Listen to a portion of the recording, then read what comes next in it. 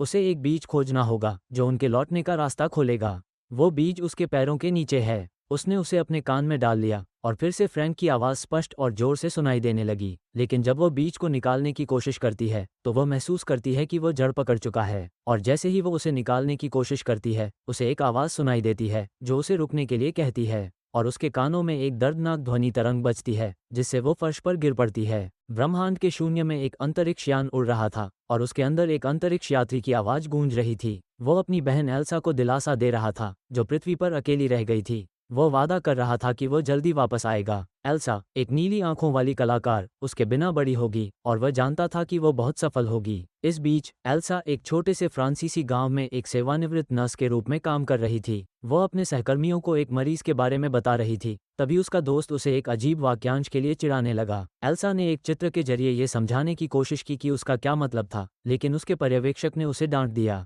दिन खत्म हुआ और वो घर लौट आई। वो घर में प्रवेश करते ही अपने छोटे भाई विंसेंट से मिली और फिर तहखाने में गई जो कभी उसके पिता के ऑफिस के रूप में इस्तेमाल होता था। वहाँ उसके पिता ने उसे फ्रैंक के बारे में बताया और फिर उसने एल्सा को अपने चित्रों को बंद करने को कहा क्योंकि वह गांव के मेयर को नाखुश कर रहा था। एल्सा गुस्से में आ गई और अपने भाई फ्रैंक को गायब होने के लिए जिम्मेदार ठहराया, जो 3 साल पहले अचानक गायब हो गया था। शाम को एल्सा ने विंसेंट को बताया कि वो और फ्रैंक बचपन में बहुत बातें करते थे। वे हमेशा कल्पना किया करते थे कि एक बड़ा अंतरिक्ष यान आकर उन्हें अपने साथ ले जाएगा। वे अपने माता पिता से अलविदा कहेंगे और फिर अपने रोमांच की शुरुआत करेंगे। तभी उनकी मां की आवाज़ आई। एल्सा ने कहा, चलो आखिरी बार सितारों को देखते हैं, लेकिन फिर अफसोस जताया कि स्ट्रीट लाइट की वजह से वे ठीक से सितारे नहीं देख सकते। विंसेंट ने मजाक करते हुए कहा, लाइट को तोड़ दो, और जैसे ही उसने सड़क की रोशनी बुझा दी, दोनों भाई बहन अचानक चुप हो गए। सामने था एक खूबसूरत तारों से भरा आसमान। अगले दिन एल्सा रिटायरमेंट होम में अपने काम में व्यस्त हो जाती है। वो ध्यान से बुजुर्ग महिलाओं की देखभाल करती है, उन्हें नहलाती है, कपड़े पहनाती है।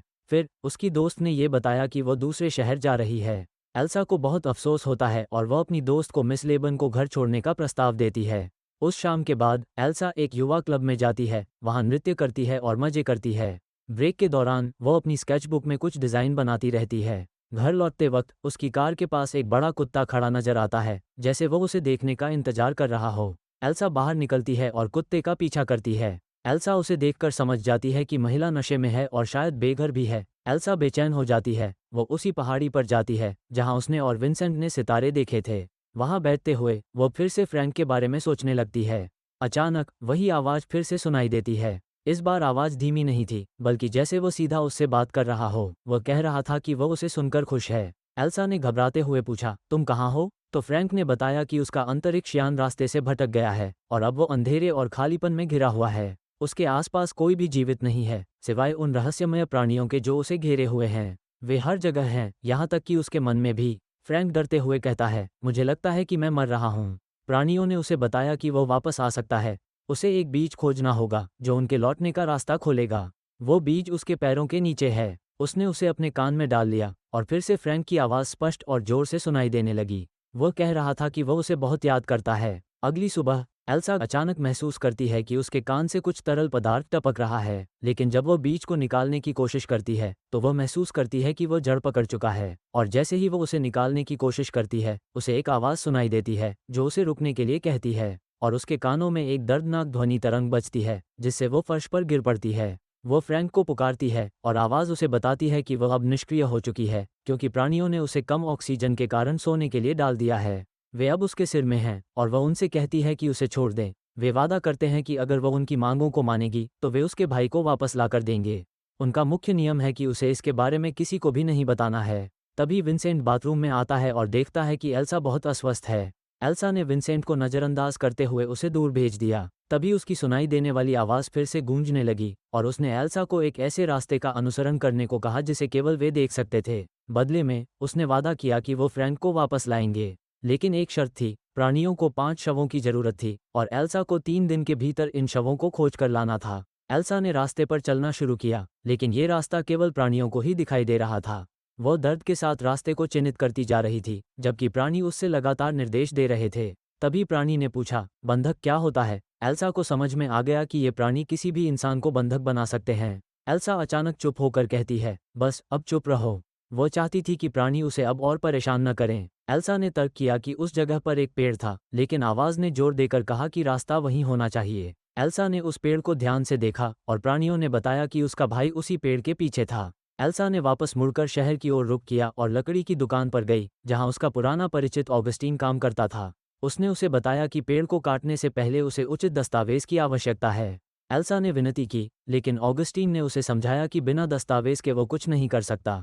एल्सा जॉर्डन को मदद करने के लिए मनाने में कामयाब हो जाती है। जब वे पेड़ के पास पहुंचते हैं, जॉर्डन ये पूछता है कि उन्हें इस पेड़ को काटने की जरूरत क्यों है। एल्सा बताती है कि यह एक शर्त का हिस्सा है। फिर वे काम में लग जाते हैं। जब पेड़ काटने का काम लगभग खत्म हो जाता है, तो जॉर्डन एल्सा से कहता है कि अब वो काम पूरा करे। उनका साथ काम करना थोड़ा रोमांटिक सा लगता है। आखिरकार पेड़ गिर जाता है और एल्सा जॉर्डन से कहती है कि अब वे वहां से चले जाएं। लेकिन ऑगस्टीन पहले ही ट्रक में वापस लौट चुका था। जॉर्डन एल्सा के पास आता है और उसे पास खींचता है, लेकिन एल्सा उसे धक्का दे देती है। जॉर्डन फिर उसे मजबूर करने की कोशिश करता है, लेकिन एल्सा पास पड़ी आरी को पकड़कर खुद को बचाती है।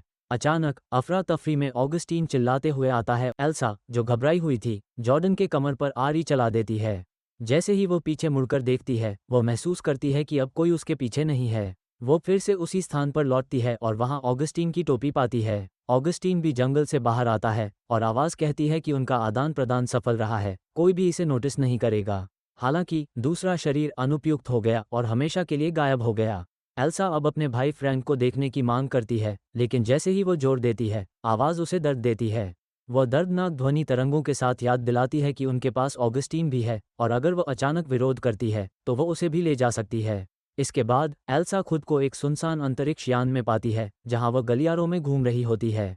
उसे अपने भाई फ्रैंक को सोते हुए देखती है और उसके चेहरे को छूने लगती है, उसकी बड़ी हुई दाढ़ी को भी महसूस करती है।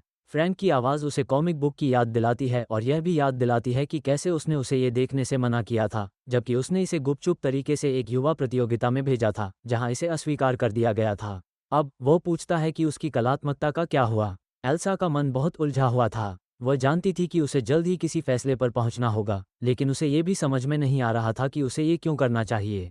ऑगस्टीन के साथ शहर लौटते वक्त एल्सा ने उसे ये कहने को कहा कि जॉर्डन अब वापस नहीं आएगा और अब उसे मुस्कुराते हुए सबको ये बताना होगा। फिर अचानक वह एक बार फिर आवाज़ से संपर्क करती है, जो उसे याद दिलाती है कि अब केवल 3 दिन बाकी हैं। उसे समझाया गया कि यह संक्रमण बहुत लंबा नहीं चल सकता। एल्सा की मां जंगल में लगी उसकी खरोंचों का इलाज करती है। विंसेंट से बात करते हुए वह ये जानना चाहती है कि क्या फ्रैंक कभी वापस आएगा। एल्सा जवाब नहीं देती, बल्कि विंसेंट से यह पूछती है कि अगर फ्रैंक को वापस लाना हो तो वह किसकी बलि देगा। विंसेंट सोचता है और कहता है कि यह उन लोगों की बलि होनी चाहिए जो बीमार हैं या जिनके पास जीने के लिए कुछ नहीं बचा है। अगले दिन एल्सा एक यात्रा का आयोजन करती है, जिसमें वो बुजुर्गों को जंगल में लेकर जाती है। वो उन्हें बताती है कि यह यात्रा उनके स्वास्थ्य के लिए फ़ायदेमंद होगी। आवाज़ फिर से उसे ये भरोसा देती है कि उन्हें कोई दर्द महसूस नहीं होगा, लेकिन जैसे ही वे पेड़ के नीचे से गुजरते हैं, एक बुजुर्ग महिला गिर जाती है। एल्सा दौड़कर उसके पास जाती है, लेकिन बाकी लोग वहां पहुंचने से पहले ही उनका आदान प्रदान रद्द हो जाता है। घर लौटने पर एल्सा की मां उसे लापरवाही के लिए डांटती है और कहती है कि बुजुर्गों की देखभाल उसकी जिम्मेदारी है। उसकी मां बार बार उसे समझाती, वो अब चला गया है, अब तुम्हें आगे बढ़ना होगा। उसे अब अपनी जिंदगी में खुश रहने की कोशिश करनी चाहिए और अपने भविष्य पर ध्यान केंद्रित करना चाहिए। आवाज ने भी उसे बताया कि मौत केवल एक अंत नहीं है, बल्कि एक जीवन से दूसरे जीवन में जाने का तरीका है। वे एक नए जीवन की शुरुआत के लिए तैयार होते हैं, बस मानव होने के अनुभव को महसूस करना चाहते हैं। लेकिन एल्सा ने इसका विरोध किया और कहा कि बिना मरे जीना असल में जीना नहीं होता। उसे लगा कि ऐसा कभी नहीं हो सकता। वो जिंदगी के हर पल को महसूस करना चाहती थी, चाहे वो कितना भी कठिन क्यों न हो। ऑस्टिन ने उसे बताया कि उस सुबह एक आदमी मोटरसाइकिल पर आया था, जो जॉर्डन के बारे में पूछ रहा था। उसी रात वो फिर से फ्रैंक की आवाज़ सुनती है। आवाज़ में दीनता थी, जैसे वो अकेला छोड़ देने की भीख मांग रहा हो। वो एल्सा से कहता है कि समय खत्म हो रहा है और उसे 2 और शवों की ज़रूरत है। एल्सा ने उनसे विनती की, कृपया मुझ पर और दबाव मत डालो, मैं सब कुछ ठीक करने की कोशिश कर रही हूँ। इस बीच एल्सा के पिता भी उसके व्यवहार में बदलाव को महसूस कर रहे थे, लेकिन उन्होंने इसे थकान समझकर छोड़ दिया। एक दिन एक बेघर महिला एल्सा से मिली और उसे एक रेस्तरां में ले गई। एल्सा ने महिला को बताया कि वह एक कॉमिक के लिए पात्रों का रेखाचित्र बनाती है और उसे उनमें से एक को बनाने का विचार था। महिला ने अपनी जिंदगी की कहानी सुनाई और एल्सा को यकीन हो गया कि वो सही इंसान है। वो महिला को जंगल की ओर ले गई, लेकिन महिला का कुत्ता अचानक भाग गया। एल्सा का अगला चुनाव मैडम लेबोन था। जैसे ही वो महिला के घर की तलाशी लेती है, मैडम लेबोन को ये दुखद खबर मिलती है कि उसका पति फांसी पर लटका हुआ था। प्राणी ने एल्सा को बताया कि अगर वो कोई और नहीं ढूंढ पाती। एल्सा ने प्राणी से विनती की कि वो उसके भाई को नुकसान न पहुंचाए। उसी समय सड़क पर एक युवक दिखाई देता है जो मोटरसाइकिल से आ रहा होता है। सवारी के दौरान युवक एल्सा से उसके भाई के बारे में बात करता है। वो मानता है कि फ्रैंक और एल्सा अच्छे दोस्त थे और पूछता है कि क्या वो उसके बारे में कुछ बताना चाहती है। एल्सा गाड़ी में संगीत लगा देती है और युवक से कहती है कि वो उसे न पूछे। युवक फिर कहता है कि वह जानता है कि वह एल्सा है, अंतरिक्ष यात्री की बहन। वो एल्सा के काम की सराहना करता है और कहता है कि फ्रैंक बिना किसी वजह के गायब नहीं हो सकता था। ये सुनकर एल्सा अचानक कार रोक देती है और उसे बाहर जाने का आदेश देती है। वो फ्रैंक से बात करने की बहुत कोशिश करती है और उसकी आवाज़ सुनती है। वो उसे माफ़ी मांगते हुए कहती है, अगर मैं कर सकती तो मैं उस दुनिया में रहती जहाँ तुम थे। एल्सा फिर रास्ते पर चलने लगती है जैसे उसकी कॉमिक की नायिका ने किया था। वो अपने भाई के बगल में बैठती है और दोनों एक विशाल ग्रह को देखते हैं। कुछ समय बाद वह बेघर महिला के कुत्ते के साथ कार में जाती है और समुद्र के किनारे पहुंचती है जहां वे दौड़ते और खेलते हैं। अंत में एल्सा समुद्र की ओर देखती हुई स्थिर खड़ी रहती है। तो अगर आपको ये वीडियो अच्छा लगा तो लाइक और सब्सक्राइब जरूर करें। हम आपके लिए और भी फिल्म रिकैप्स और कहानी लेकर आएंगे। हिंदी सिनेमा रिकैप्स के साथ हर फिल्म का सार समझिए कुछ ही मिनटों में।